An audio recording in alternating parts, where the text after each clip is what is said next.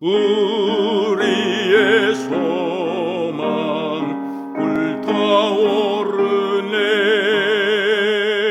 주님은 우리의 소망, 우리의 믿음 불타오르네. 말씀에 굳게 선 믿음,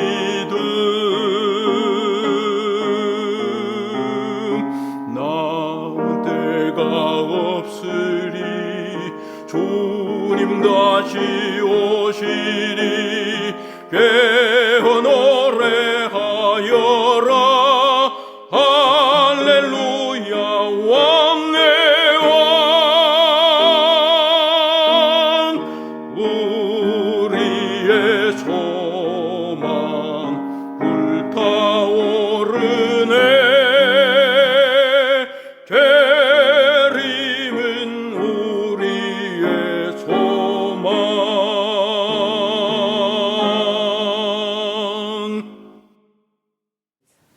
안녕하세요. 시대소망 12장 공부하겠습니다. 우리가 지난 11장 예수님의 침례장에서 예수님이 침례받으심과 예수님이 침례받으신 이후에 드린 기도는 우리가 가야 할 길을 그분이 보여주셨고 바로 우리를 위한 것이었습니다.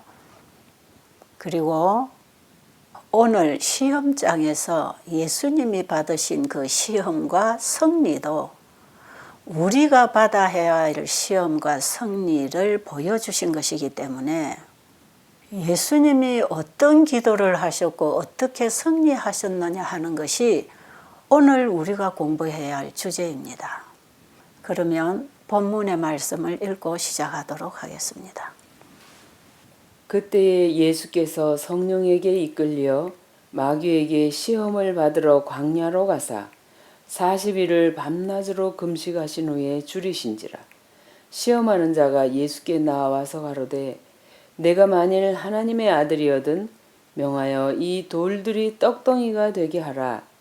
예수께서 대답하여 가라사대 기록되었으되 사람이 떡으로만 살 것이 아니요 하나님의 입으로 나오는 모든 말씀으로 살 것이라 하였느니라 하시니, 이에 마귀가 예수를 거룩한 성으로 데려다가 성전 꼭대기에 세우고 가로되 내가 만일 하나님의 아들이거든 뛰어내리라. 기록하였으되 저가 너를 위하여 그 사자들을 명하시리니 저희가 손으로 너를 받들어 발이 돌에 부딪히지 않게 하리로다 하였느니라. 예수께서 이르시되 또 기록되었으되 주 너희 하나님을 시험치 말라 하였느니라 하신대, 마귀가 또 그를 데리고 지극히 높은 산으로 가서 천하 만국과 그 영광을 보여 가로되 만일 내게 엎드려 경배하면 이 모든 것을 내게 주리라. 이에 예수께서 말씀하시되 사탄아 물러가라. 기록되었으되 주 너희 하나님께 경배하고 다만 그를 섬기라 하였느니라. 이에 마귀는 예수를 떠나고 천사들이 나와서 수종드니라. 예수님께서 침례를 받으시고 하나님께 전적으로 기도하신 그 기도 두 가지를 우리가 지난번 침례장에서 공부를 했어요. 예수님의 침례와 그분의 기도는 바로 예수님의 인성으로서의 자신을 위한 기도였지만 그것은 또한 우리를 위한 기도였다. 이 부분을 우리가 절대로 잊어버리면 안 될 것 같고요. 오늘 보니까 예수님이 성령의 인도를 따라서 광야로 예수님이 가셨어요. 왜 가셨다고 합니까? 시험을 받으려고 가셨습니까? 그게 아닙니다. 예수님은 시험을 자초하기 위하여 광야로 가신 게 아니에요. 일부러 그분이 시험을 받으시고 내가 이렇게 이겼으니까 너희도 이겨라, 이걸 보여주시기 위해서 시험을 자초하신 게 아니라고 돼 있어요. 여기 말씀해 보니까 그는 홀로 계셔서 자기의 사명과 사업을 묵고 하시기 위해 광야로 가셨다.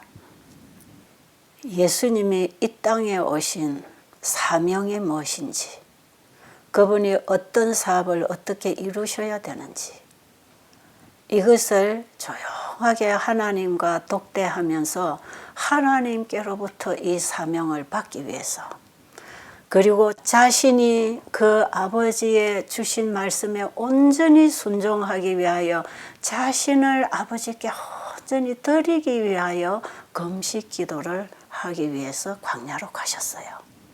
예수님은 자신을 하나님께 온전히 드리고 자기를 포기하는 그 금식과 기도로 피 묻은 길을 걸어가야 하는 그 길에 자기가 걸어갈 수 있는 무장을 하기 위해서, 하나님의 능력을 옷 입기 위해서 전적으로 자신을 하나님께 드리는 참된 금식 기도를 드리기 위해서 광야로 가셨어요.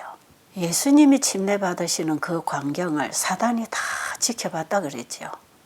그리고 예수님을 시험하고 넘어뜨릴 수 있는 가장 좋은 기회가 예수님이 금식하신 이후에 그의 육신이 가장 연약해 있을 때, 힘 빠져 있을 때에, 그때에 사단이 공격할 수 있는 기회라고 생각하고 그 기회를 엿보고 있었습니다. 오늘 우리가 본문에 읽은 말씀처럼 예수님이 3가지 시험을 받으셨잖아요. 예수님께서 3가지의 시험을 받으실 때에 첫째는 식욕에 대한 유혹입니다. 그리고 참남 죄에 대한 유혹입니다. 그리고 세상에 대한 사랑. 예수님이 받으신 이 3가지의 유혹이 바로 오늘날 우리가 살아가는데 사단이 늘 던져주는 유혹이에요. 음식물에 관한 것면 189페이지 보면 참된 금식과 기도의 정신은 지성과 감정과 의지를 하나님께 온전히 내어 맡기는 것이라고 했죠. 예수님이 금식하실 때에 바로 이런 금식 기도를 하신 것이에요. 다음 말씀 볼까요? 그는 언제나 교훈과 모본으로 하나님이 그분의 의지이시며 그의 믿음과 신뢰가 그분 안에 있어야 된다는 것을 사람들에게 가르치고 계셨다. 예수님이 우리의 모본이라고 할 때 무엇이 모본인지 아시겠어요? 예수님이 우리에게 가르쳐 주시고 모본을 보여주신 것은 하나님이 그분의 의지이셨다 그랬죠. 그리고 그분의 믿음과 하나님에 대한 신뢰가 항상 아버지 안에 있어야 된다는 것을 우리에게 가르쳐 주기를 원하셨어요. 오늘 이 부분에서 우리가 예수님에게서 무엇을 배워야 되는가를 알면 어떻게 승리가 가능했는가를 이제 알게 돼 있어요. 굉장히 중요한 오늘의 포인트입니다. 예수님은 자신을 아버지께 온전히 드리고 아버지의 뜻을 행하기 위하여 우리와 똑같은 인성을 입고 이 땅에 오실 때에 예수님이 결정하시고 행하시는 그 모든 의지조차도 아버지께 맡겼어요. 그러니까 아버지가 예수님의 의지이셨다. 여러분, 오늘날 우리가 좀 이런 얘기 많이 듣고 있잖아요. 의지를 잘 사용해야 된다. 우리의 결정이, 우리의 선택이 중요하다. 이런 얘기 참 많이 하지요. 그런데 우리의 결정과 우리의 선택은 나를 아버지께 온전히 드리는 것이에요. 어떤 일을 해야 되겠다를 내가 결정하는 의지가 아니고 내 자신을 하나님께 온전히 드릴 때에 나의 의지도 주님이 가지고 나를 쓰시도록 그 의지마저도 주님께 드려야 한다. 왜 그럴까요? 우리 인간은 하늘에서부터 사단이 유혹하는 유혹을 받아들임으로 하나님이 우리에게 주신 그 자유의지를 죄를 받아들이는데 팔아먹어버렸습니다. 죄를 받아들이기 위해서 자기의 의지를 사용했을 때에 이미 죄와 함께 의지를 팔아버린 거예요. 그래서 우리 인간의 의지라는 것은 하나님의 뜻에 따라 순종하는 데는 썩은 새끼줄 같습니다. 사단이 이걸 지배하고 있단 말이에요. 우리가 아무리 결심하고 그대로 해보려고 해도 의지는 3초도 못 가서 무너지는 것이에요. 사탄에게 이거 다 지배당하고 있기 때문에 그것마저도 내 것이 아니라는 것입니다.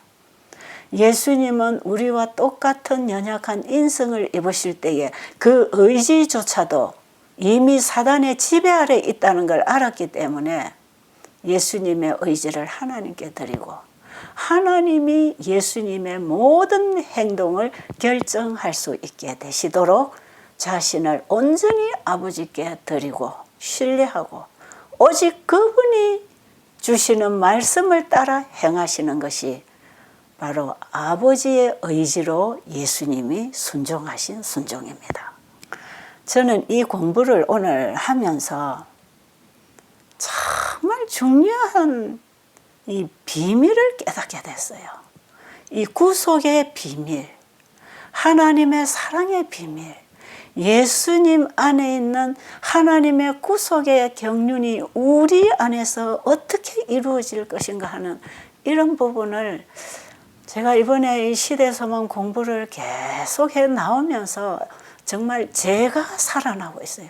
오늘 이 세 가지 시험, 우리에게도 끊임없이 다가오는 시험들을 어떻게 이겨야 되는가 하는 이 부분에 있어서 예수님의 가지셨던 그 믿음을 내가 가져야 된다고 하는 단단한 마음의 무장을 하면서 제가 오늘 이 공부를 여러분과 함께 나누고 있는 것이에요.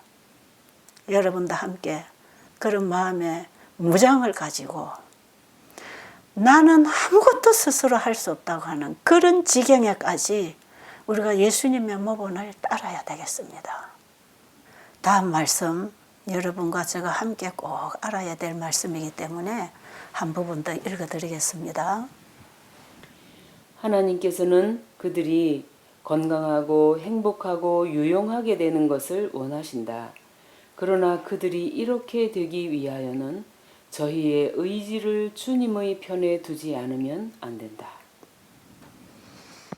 지금 음식물에 관한 겉면에서 기록된 이 말씀에 보니까 우리가 이 땅에 사는 동안에도 건강하고 행복하고 모든 일에서 형통하게 되기를 하나님은 원하십니다.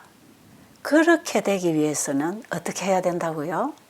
우리의 의지를 주님의 편에 두지 아니하면 안 된다. 분명하지요. 우리는 오늘 여기에서 중요한 핵심을 잡아야 되고 예수님이 어떻게 믿음으로 말미암은 의를 이루고 사셨는지 오직 아버지에 대한 믿음으로 그분이 예수님을 통하여 일하심으로 아버지의 뜻을 이루고 사시면서 아버지께 영광을 돌리는 그 완전한 구속을 이루셨는지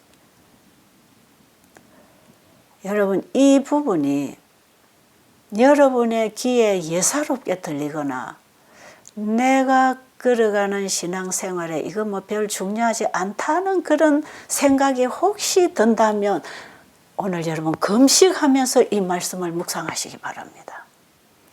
내 자신이 주님께 온전히 드려질 때만 이 말씀이 내 가슴 속에 들어오게 돼 있어요. 안 그러면 우리의 자아가 이것을 거부하기 때문에 우리는 그 신의 성품에 참여하는 일에 늘 실패하게 되는 것이에요.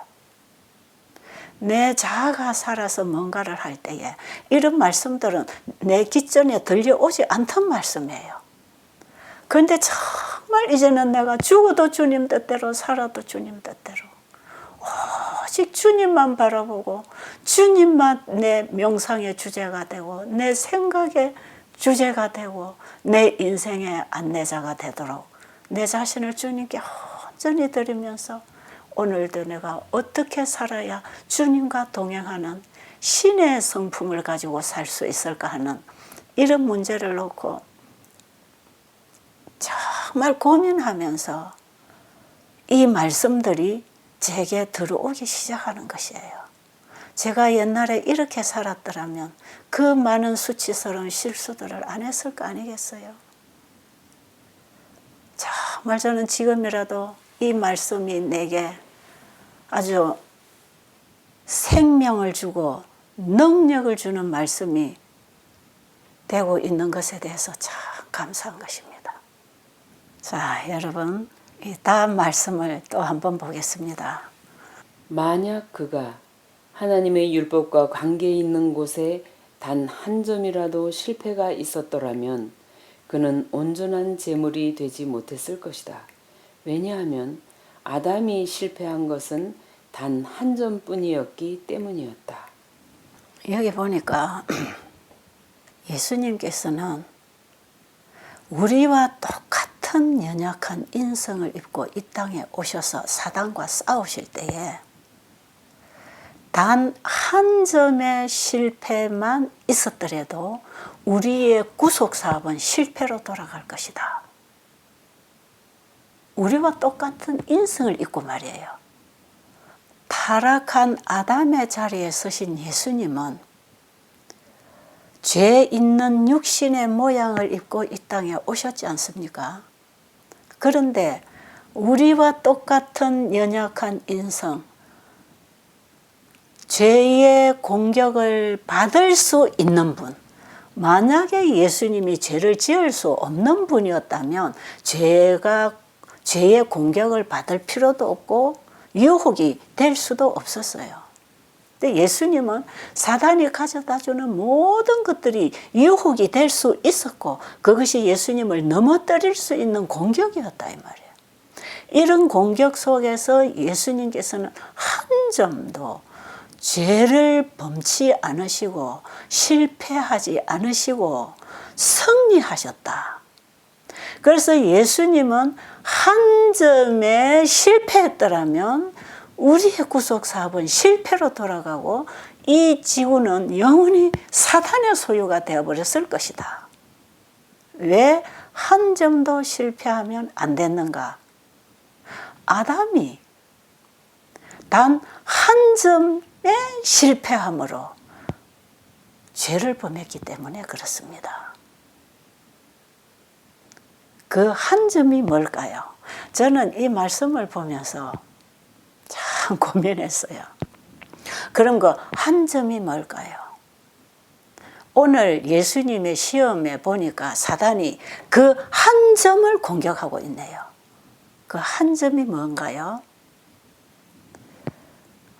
첫 번째 시험과 두 번째 시험에 보니까 네가 만일 하나님의 아들이거든 이겁니다. 이거 보세요.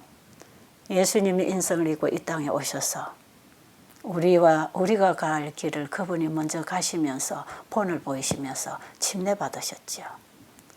그리고 기도하셨죠. 우리가 받아야 할 침례와 우리가 드려야 할 기도를 예수님의 인성이 다 하셨다 이 말이에요. 그때에 하나님께서 뭐라고 하셨어요? 이는 내 사랑하는 아들이요 내 기뻐하는 자라 그랬잖아요. 그러면 예수님은 침례를 받으시고 아버지 앞에 기도 드릴 때에 바로 아버지로부터 분명한 증거를 받으셨단 말이에요.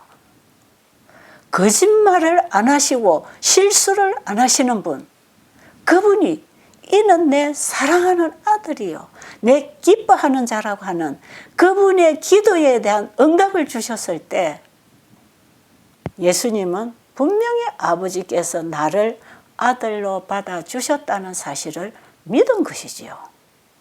그리고 하나님이 아들을 통하여 이 땅에서 이루실 구속사업에 대하여 그분은 아버지로부터 사명을 다시 받기 위해서 광야로 갔다 이 말이에요. 근데 사단이 가져온 거는 무슨 유혹입니까? 네가 만일 하나님의 아들이거든 하는 이 말에는 예수님께서 침례받고 기도하실 때에 이는 내 사랑하는 아들이라고 했던 그 아버지의 말씀에 대한 의심을 일으키게 했다 이 말이에요. 자 보세요. 사탄이요. 이런 방법 씁니다. 자 그러면 에덴 동산으로 돌아가 봐요. 하나님께서 에덴 동산에서 모든 것은 네가 다 임의로 먹되 이 동산 중앙에 있는 선악을 알게 하는 나무의 실과는 먹지 말라. 먹는 날에는 죽으리라. 정령 죽으리라. 아버지가 말씀하셨지요. 그런데 사단이 와서 뭐라고 말했습니까? 창세기 3장 1절로 보니까 하나님이 참으로 여기에 뭔가 의심을 심어주지요. 참으로 너희들의 이 동산의 모든 나무의 실과를 먹지 말라 하시더냐? 여기 보세요. 얼마나 혼란을 일으킵니까? 바로 이런 유혹을 가져옵니다. 아 그래요? 이런 의심을 일으킬 수 있도록 그 마음을 끌어당기는 것이에요. 너희 하나님이 참으로 이 동산 모든 실과를 먹지 말라 하시더냐. 언제 하나님이 모든 실과를 먹지 말라 했어요? 모든 실과를 다 먹지만 이 하나만 먹지 말라 그랬잖아요. 그래서 하와가 그 혼란스러운 질문에 대답을 할 수 있도록 해서 대화를 걸어오는 거지요. 근데 여기에 함정이 뭐냐 하면 참으로 이겁니다. 너희 하나님이 진짜로 이거 먹지 마라 했느냐? 그거는 뭐냐? 너 하나님이 그렇게 말씀하셨지만 그렇지 않을 수도 있단 말이야. 그러니까 그거 그대로 믿지 마. 이런 뜻이에요. 예수님에게 네가 하나님의 아들이거든. 그건 뭐예요?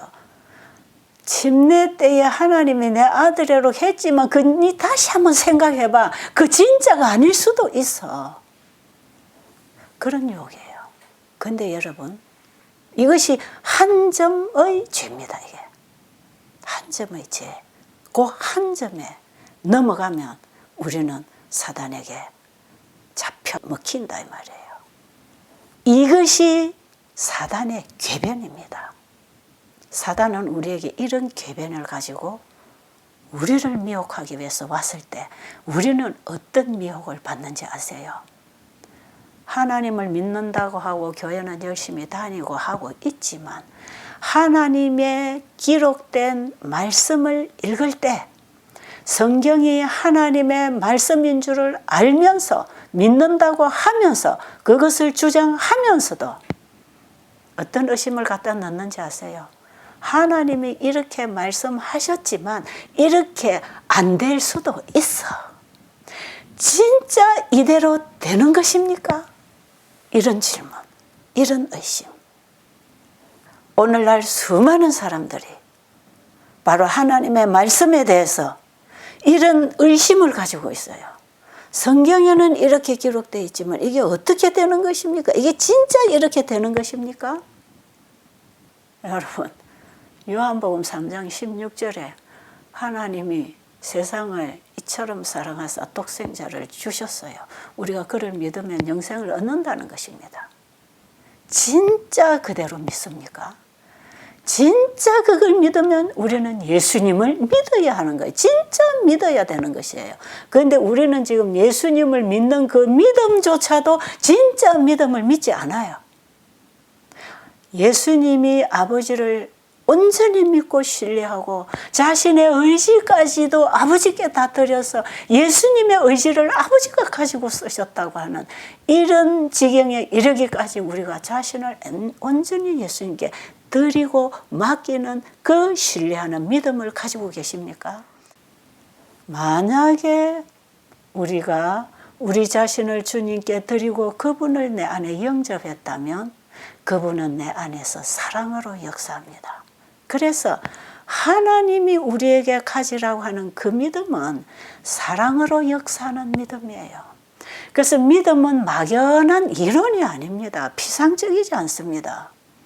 진정으로 하나님과 그의 보내신 자 예수 그리스도를 우리가 알고 그분을 믿는다면 내 안에서는 그분의 사랑으로 역사하는 믿음을 가졌기 때문에 우리 자신을 그분께 온전히 드리고 순종할 수 있는 생애의 열매가 맺히는 것이에요. 예수님을 믿는다고 하지만 사랑으로 역사하는 그 믿음을 경험하지 못하면 우리의 믿음은 속은 믿음, 피상적인 믿음, 막연한 믿음, 이론적으로 공부해서 인정한 믿음, 그런 것밖에 안 돼요. 오늘날 우리는 수많은 부분에 있어서 사단으로부터 속고 있단 말이에요. 참 신앙을 모조신앙으로 바꾸어서 신앙인 척하고 믿는 척하고 살아가고 있도록 우리는 사단에게 늘 기만당하고 있다는 거 아시겠어요? 여러분, 우리가 이번에 이 시대소망 공부를 그냥 책 읽고 지나가든지 절대로 하지 말자고요. 제가 시간마다 이거 부탁하고 있잖아요. 왜냐하면 저도 옛날에 이거 몇 차례 읽었거든요. 그리고 이 책을 갖고 영적 친교도 하고 내용은 머릿속에 있는 얘기거든요. 그런데 제가 이번에 공부를 하면서 이 말씀 속에서 우리는 분명한 현대 기별이 되는 세제천사의 기별이 뭔지를 확실하게 받아야 됩니다. 그 예수 믿음을 우리는 가져야 돼요. 그렇기 때문에 우리가 매장을 공부할 때에 여기서 우리는 예수님이 아버지를 신뢰한 그 믿음이 무엇인가? 예수님이 나를 믿으라고 할 때에 그 믿음을 우리에게 주시려고 예수님 자신이 믿음으로 이루신 그 모든 의를 우리에게 주시려고 할 때에 우리는 그분의 의와 함께 그분의 믿음을 받아야 합니다. 우리는 예수님의 믿음으로 구원받는 것입니다. 그 구원을 받기 위하여 우리의 믿음이 필요하다 이 말이에요. 그 구원을 받아들이면 그 구원은 우리 안에서 사랑으로 역사해서 하나님을 사랑하고 이웃을 사랑할 수 있는 사랑을 받는 것이에요. 사랑의 씨, 생명을 받는 것이에요. 에덴 동산에서 죄로 말미암아 잃어버렸던 하나님의 생명, 하나님의 품성, 그것을 우리는 예수님을 믿음으로 말미암아 하나님의 사랑, 그분의 생명을 받는 것입니다. 그래서 예수님을 믿음으로 말미암아 아버지의 의를 받는 것이다 이 말이에요. 로마서 3장에서 바로 그 아버지의 의, 그분의 품성을 우리가 받는 것이다. 이것이 거듭나는 믿음이라 그랬죠. 내가 죽고 그리스도가 내 안에 영접되어 하나님의 생명이 내 안에 그리스도와 함께 들어올 때 그 생명 안에서 새 생명으로 일어나는 그 사람이 거듭난 사람이에요. 이게 거듭나는 경험, 중생의 경험이라고 그랬죠. 예수님은 우리에게 그것을 넣어주시려고 이 땅에 오셨다 이 말이에요. 그 신의 성품에 참여하도록 해주기 위해서 예수님이 이 땅에 오신 것입니다. 그분을 제대로 믿자 이 말이에요. 그분을 믿음으로 우리 안에 영접한다고 하는 것은 바로 그분의 말씀이 그대로 될 것을 믿고 그 말씀을 우리 안에 받아들일 때 말씀에서 말씀하시는 그 하나님과 예수 그리스도를 우리의 마음에 받아들이는 것입니다. 예수님과 말씀을 분리해서 보지 말자 그랬죠. 예수님은 광야에서 금식기도 40일 하시는 동안에 거의 배고픔을 느끼지 못했어요. 왜 그랬을까요? 예수님은 어떤 양식을 먹었길래 40일 동안 배고픔을 거의 느끼지 못했을까요? 예수님이 기도 중에 받아 먹은 양식이 있어요. 자, 지금 읽어드리는 이 말씀은 마태복음 4장 1절부터 11절에 예수님의 시험장이 기록된 화이 부인의 주석에 기록되어 있는 내용이에요. 그를 기다리고 있는 싸움에 대한 생각 때문에 다른 것은 다 잊어버렸고 마치 오늘날 시험당하는 사람들이 하나님께 나아가 도움을 청하면 생명의 떡으로 먹여주시는 것처럼 주님의 영혼도 생명의 떡으로 배불림을 받았다.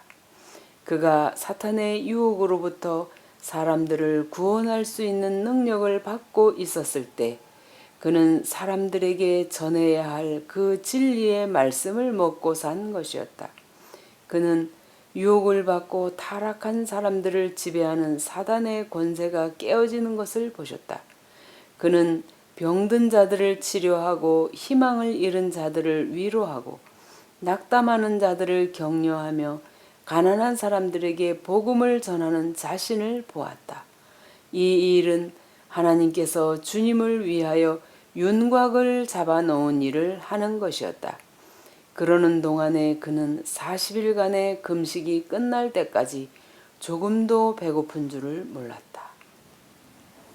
예수님이 이 땅에 오신 것은 사단과 전쟁을 하기 위해서 오셨어요. 예수님은 이제 전쟁 마당에 공식적으로 나갈 것이었어요. 예수님은 이 전투 준비로 완전히 무장하기 위하여 아버지께 능력을 구했다 그랬죠. 사탄은 예수님이 태어나면서부터 예수님을 없애버리려고 그랬어요. 그리고 예수님의 초림을 전할 유대 민족들과 지도자들의 마음을 장악해서 예수님을 알아보지 못하게 미리 준비했어요. 그리고 예수님이 태어나신 이후에도 알아보지 못하게 했어요. 그리고 날마다 드리는 제사의 제물을 통해서 보아야 할 어린 양 하나님의 아들을 보지 못하도록 그들의 눈을 감겨버렸어요. 사단은 여기까지 계속 자신이 지금 승리하고 있는 줄 알았어요. 그리고 이제는 예수님하고 직접 싸워야 됐어요. 오늘 여러분 마태복음 4장 1절로 12절은요. 예수님이 그동안에는 사람을 통해서 시험을 받으시고 승리하시는 이런 경험을 하셨지만 지금 여기 오늘의 주제에서 40일 금식 기도하시는 이 광야에서 받으신 이 시험은 사단이 직접 나타났어요. 그리고 직접 공격합니다. 만약에 예수님이 금식 기도를 통해서 자신이 싸워야 할 싸움을 위하여 능력을 구하고 그 싸워야 할 싸움이 무엇이었는가를 알지 못하셨더라면 예수님은 사탄에게 넘어갈 수도 있는 연약한 인간이었다 이 말이에요. 그런데 예수님은 오늘 여기 보니까 무슨 기도를 하시고 어떻게 받으셨나요? 예수님께서 이 원수를 대적할 만한 힘을 구했을 때에 하나님께서는 그에게 말씀을 주셨어요. 그래서 예수님은 하나님이 주시는 그 말씀을 받아 먹으면서 힘을 얻었기 때문에 배고픔을 잊었다 이 말이에요. 이때에 예수님은 이 땅에 오셔서 사람들에게 전해야 할 그 말씀을 본인이 직접 받아 먹었습니다. 그 말씀을 예수님이 받아 먹었기 때문에 그 말씀이 예수님의 말씀이 되어서 사람들에게 나가게 되었고 사람들은 그 말씀을 받아들이고 치료되고 살아나더라 이 말이에요. 사단의 속박에 매여 있는 영혼들을 그 속박으로부터 풀어서 구해주시는 그 하나님의 능력을 그분의 말씀으로 받아 먹었어요. 자, 그러니까 예수님이 기도 마치고 사탄이 와서 돌들이 떡이 되게 해서 먹으라고 했을 때에 예수님은 하나님의 말씀으로 이기셨잖아요. 기록되었으되 기록되었으되 사람이 떡으로만 살 것이 아니요 하나님의 입에서 나오는 말씀으로 살리라. 기록되었으되라는 그 하나님의 말씀으로 유혹을 이기기 시작하시는 것이에요. 그리고 예수님은 기도하시는 중에 이 땅에 오셔서 그분이 해야 할 모든 일들을 하나님께로부터 받았습니다. 하나님께로부터 이상을 받았지요. 지난번에 우리가 6월절에 참여하신 그 장에서도 하나님께서는 그 6월절 제사에서 하나님 아버지께서 아들에게 아들의 신분과 그분의 사명에 대해서 공개해 주셨다 그랬잖아요. 지금 예수님이 기도하시는 가운데 하나님께서는 동일하게 앞으로 그분이 무슨 일을 하고 어떻게 걸어가야 할 것인지를 다 그걸 공개해 주셨어요. 자, 이 일들은 하나님께서 아들을 통해서 이루실 그 모든 일들의 윤곽을 잡아 놓으신 일들이었습니다. 그러니까 예수님은 철저하게 아버지께서 정해 놓으신 그 길을 따라서 일하셨다. 이것을 기도하는 동안에 아버지가 아들에게 다 보여주셨기 때문에 예수님은 자기가 가야 할 길, 자신의 사명, 그리고 자신이 전해야 할 기별, 이것들을 다 지금 받아서 충분하게 자신의 사명으로 힘을 얻게 되었어요. 마찬가지로 우리들에게도 우리가 가야 할 길이 있고 우리가 해야 할 사명이 있고 우리가 있어야 할 자리가 있다는 것이지요. 우리 모두에게는 우리 각자에 대한 하나님의 계획이 있으신 거예요. 예수님에 대하여는 예수님에 대한 계획이 있으셨듯이 우리 각자는 우리에게 대한 계획이 하나님이 있으시다는 것입니다. 자, 그러면 다음에 말씀을 한번 읽어드려야 되겠네요. 역사라는 드라마에서 각 사람에게는 고유의 배역과 위치가 있다. 왜냐하면 하나님의 위대하신 사업은 하나님께서 직접 세우신 계획에 따라 선한 일이든 악한 일이든 간에 하나님의 사업에 있는 자리를 채울 준비를 한 사람들에 의해 수행될 것이기 때문이다. 사람들은 의를 대적하면 불의의 도구가 되겠지만 이와 같은 행동 노선을 따르려고 강요를 받은 적이 없다. 가인이 불의의 도구가 될 필요가 없었음과 꼭 마찬가지로 그들도 불의의 도구가 될 필요는 없다. 의롭거나 불의하거나 간의 모든 사람은 하나님의 계획에 있어서 각각 자기 자리에 설 것이다. 그들이 형성한 품성에 따라 그들은 역사에 있어서 자기의 몫을 이행할 것이다. 위기에 닥치는 바로 그 찰나에 그들은 그들이 채우기 위하여 준비한 바로 그 자리에 서게 될 것이다.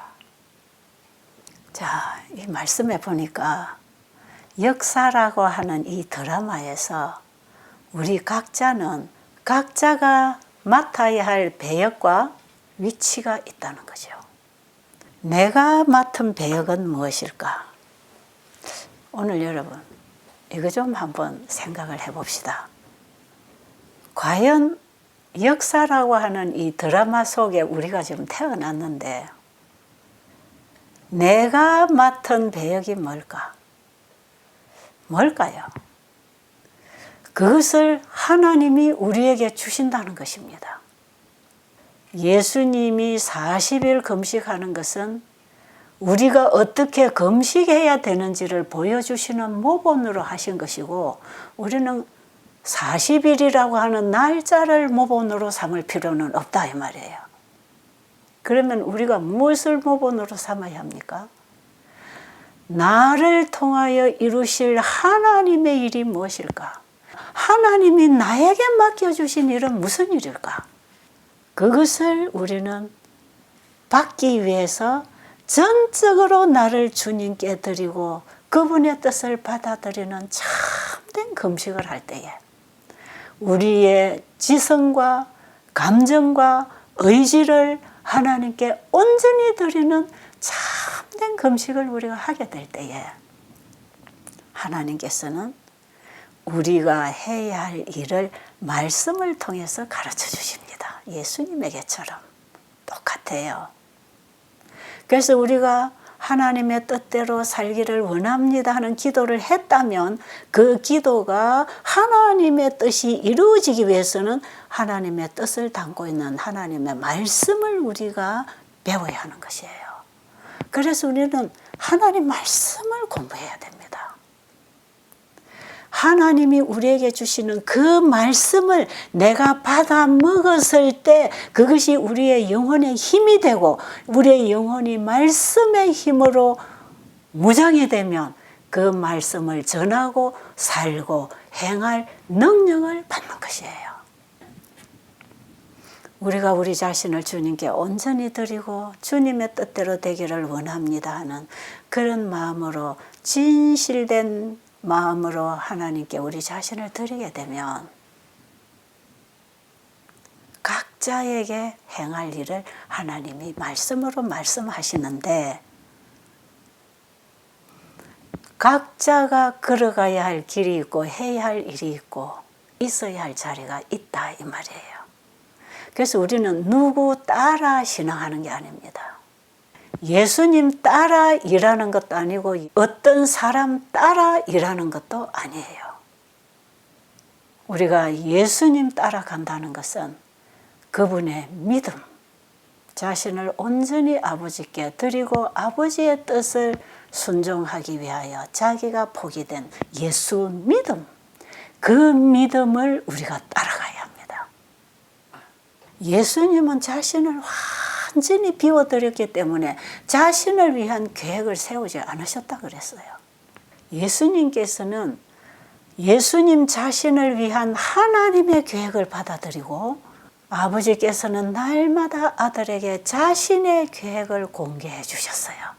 그러니까 예수님이 40일 금식 기도에서만 자신을 드리고 아버지가 아들을 통하여 하실 일을 공개해 주신 것뿐 아니라 예수님의 전 생애에서 그래서 예수님은 날마다 조용한 곳을 찾아서 기도하면서 그날에 그분이 해야 할 일을 하나님께 받고 순종하시는 그 일을 예수님이 하셨다 이 말이에요. 그와 같이 우리도 하나님께 우리 자신을 온전히 드리고 그분을 의지함으로 우리의 생애가 단순하게 하나님의 뜻을 행하는 그런 생애가 돼야 되는 것입니다.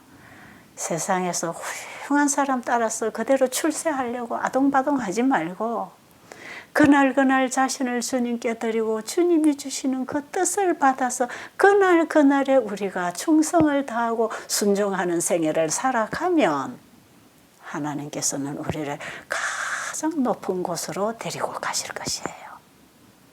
예수님은 하나님과의 밀실에서 받은 그 이상이 다 사라지고 이제는 그분이 배고픔을 느끼게 되었을 때에 예수님께서는 적절한 때에 하나님께서 자신에게 양식을 주실 것을 알았습니다. 그렇기 때문에 하나님께서 먹으라고 하는 때를 기다리고 있었지요. 그때에 사탄이 와서 예수님에게 유혹하는 것이 너 배고프잖아. 너 지금 기진맥진하잖아. 빨리 이 돌을 명하여 떡이 되게 해서 먹어라. 이거는 뭐예요? 하나님의 아들로서 아버지의 뜻에 순종할 그 예수님의 믿음을 파괴시키고 네가 할 수 있는 그 신성을 네가 사용해서 네 배고픔을 채워라. 이런 거지요. 우리도 이런 유혹을 얼마나 받습니까? 하나님이 말씀하신 하나님의 뜻이 이루어지도록 조용히 인내하고 기다리지 못하고 얼마나 성급하게 인간을 의지하고 인간의 방법으로 우리가 당한 일들을 처리하려고 하나요? 여기에서 우리는 실패하는 거예요. 조급하고 성급할 때 우리는 이런 처리를 많이 합니다. 근데 예수님은 기다리셨어요. 아버지께서 천사를 통해서 먹을 것을 주실 것이었습니다. 아브라함도 보세요. 아들을 주시겠다 해놓고 빨리 안 주시니까 조급해가지고 자기 아내의 말을 듣고 하갈을 취해서 아들을 낳는 이런 조급한 실수를 하잖아요. 우리의 조상들이 다 그렇습니다. 우리에게도 그런 실수가 있다 할지라도 절대로 좌절하지 말고 오늘 이 순간에 믿음으로 일어나게 되기를 간절히 바랍니다. 그런 아브라함도 마지막 최후의 시험에서 승리하심으로 믿음의 조상이 되지 않습니까? 자, 오늘 우리 공부에서 첫째로 받은 그 시험 있잖아요. 예수님이 가장 시장하실 때 돌이 떡이 되게 해서 먹으라고 하는 이 시험이 앞으로 이 세상은 요한계시록 13장에 바로 이 짐승의 표가 올 때에 우리의 생계방도를 끊어지게 하는 매매표가 올 때에 예수님이 40일간 금식하시고 걷기하시고 믿음으로 승리하신 그 믿음이 우리에게 필요하다는 그 교훈을 예수님이 여기서 우리에게 주고 계시는 것입니다. 하나님께서 우리에게 건강기별을 주신 이유도 여기에 있어요. 이 지난 15기에 우리가 가정에서 따라하는 요양 프로그램 할 때에 이 건강기별이 우리에게 건강을 회복해주는 치료의 기별이라는 것 우리가 배웠잖아요. 그런데 이 건강기별은 병든 몸을 치료하는 데만 사용되도록 주신 것이 아니에요. 하나님이 우리에게 주신 건강기별을 받아들이는 것이 참된 금식이에요. 정말 우리가 그동안에 먹던 것, 먹지 말아야 할 것을 먹었던 것은 다 포기하고 하나님이 먹으라고 할 때에 먹으라고 하신 그것을 우리가 바로 먹고 사는 것, 이것이 참된 금식이에요. 그래서 이 건강기별은 바로 이 마지막 시대에 먹거리를 통해서 우리의 식욕으로 우리가 사단에게 굴복할 것이기 때문에 이 식욕이 죄를 끌어들이는 데에 가장 유용한 역할을 할 것이기 때문에 이 식욕에 승리하지 아니하면 우리는 다른 죄로부터 승리할 수 없다고 하는 사실을 보여주신 것이에요. 2000년 전에 이 땅에 오셔서 이 세 가지 시험으로 공격받으신 분은 예수님이셨지만 이 마지막 시대에 이 세 가지로 공격받을 사람들은 우리들입니다. 특히 요한계시록 12장 17절에 하나님의 계명을 지키며 예수의 증거를 가진 자들로 더불어 싸우려고 우는 사자처럼 덤벼드는 이 사탄의 공격이 바로 이 마지막 성도, 계시록 12장 17절의 마지막 성도들이 받아야 할 시련들입니다. 우리는 세상의 호화찬란한 걸 다 포기해야 합니다. 우리는 창조주 하나님에 대한 절대적인 권위를 인정해야 합니다. 그리고 우리는 먹고 마시는 문제로 우리의 목을 쪼아올 것이기 때문에 그 문제에 있어서도 내가 생명을 포기하고 굶어서 죽는 한이 있어도 나는 하나님의 말씀 편에 서겠다고 하는 담대한 믿음, 이 믿음을 우리는 예수님의 세 가지 시험에서 얻어야 합니다. 이 전쟁은 우리가 치러야 되는데 우리의 힘으로는 불가능하기 때문에 이 전쟁을 치르고 이기신 예수님을 전적으로 완전히 지속적으로 믿어야 됩니다. 그 믿음으로 승리할 것입니다. 자, 예수님이 자신을 아버지께 온전히 맡기기 위해서 참된 금식과 기도에 들어가신 것처럼 우리도 우리 자신을 주님께 온전히 드리는 참된 금식과 기도로 주님의 승리에 참여하게 될 것입니다. 오늘 여기까지 공부하고 또 다음 시간 승리장에서 다시 말씀 나누도록 하겠습니다. 감사합니다.